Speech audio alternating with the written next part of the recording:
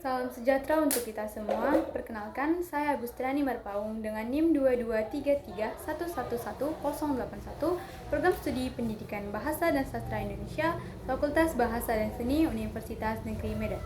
Di sini, saya akan memaparkan hasil dari wawancara untuk memenuhi tugas dari mata kuliah Perkembangan Peserta Didik dengan dosen pengampu Ibu Salsabila Hasyana Tanjung, SPD MPD. Topik wawancara yang kami lakukan adalah kasus permasalahan yang terjadi pada siswa-siswi SMP beserta solusinya. Sebelumnya, kami sudah mewawancarai 2 orang guru SMP dan 3 orang tua yang dimana anaknya duduk di tingkat SMP. Wawancara ini dilaksanakan pada hari Kamis dan Jumat pada tanggal 26 dan 27 September 2023 di Marelan 5, Pasar 2 Barat, Gang Mawar 1 dan UPT SMP Negeri 38 Medan. Berdasarkan pendapat dari guru yang menjadi penyebab utama kenakalan remaja di tingkat SMP yaitu faktor internal yang dimana rasa ingin tahu yang tinggi, ingin merasakan bagaimana jika sesuatu hal dilakukan. Yang kedua ada faktor eksternal yaitu faktor lingkungan, teman-teman, dan kehidupan sosial. Menurut beliau, yang paling mendominasi adalah faktor eksternal karena penyebab utama kenakalan remaja itu condong terikat dari faktor lingkungan sosial.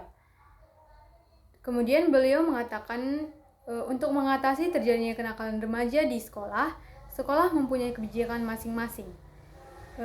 Seperti peraturan-peraturan yang telah ditetapkan. Peraturan ini diaplikasikan pada peserta didik, misalnya larangan merokok bagi siswa. Jika ada yang melanggar, maka akan diberi sanksi. Kemudian membuat kegiatan-kegiatan pembangunan karakter siswa mulai dari hari Senin hingga hari Sabtu guna mendidik siswa agar tetap aktif di sekolah sehingga mungkin untuk kenakalan-kenakalan remaja seperti geng motor, narkoba, dan hamil di luar nikah itu tidak terjadi. Kemudian sekolah juga mendidik siswa untuk memiliki karakter yang takut akan Tuhan. Jika ada siswa yang melakukan hal tersebut, guru akan memberikan sanksi khusus, memberikan sebuah wejangan pada siswa berupa nasihat-nasihat, kemudian mengajak orang tua dari siswa untuk bersangkutan, untuk bertemu dan mendiskusikan perilaku siswa yang bersangkutan. Karena orang tua sangat berperan penting dalam memantau anaknya di rumah. Kemudian sekolah juga mempunyai peran penting agar kasus bullying tidak merebak. Sekolah memiliki aturan tentang hal tersebut sehingga sekolah 38 Medan hampir tidak ada kasus seperti itu. Kalaupun ada, maka pihak sekolah akan melakukan sanksi pada siswa yang bersangkutan. Kemudian, sekolah membuat organisasi siswa seperti OSIS yang dimana organisasi ini berfungsi untuk membantu guru mengawasi siswa di lingkungan sekolah. OSIS merupakan perpanjang tanganan guru ke siswa atau perpanjang tangannya siswa ke guru. Jadi, jika ada masalah yang terjadi antar siswa, OSIS boleh langsung menyampaikannya pada guru, termasuk jika ada kejadian pembulian di sekolah. Kemudian, berikut hasil wawancara yang kami lakukan bersama orang tua. Yang pertama, kami bertanya bagaimana cara ibu mengatasi jika anak ibu terjerat kasus di sekolah seperti perkelahian dengan teman sekelas, melakukan kecurangan saat ujian, dan tidak disiplin di sekolah.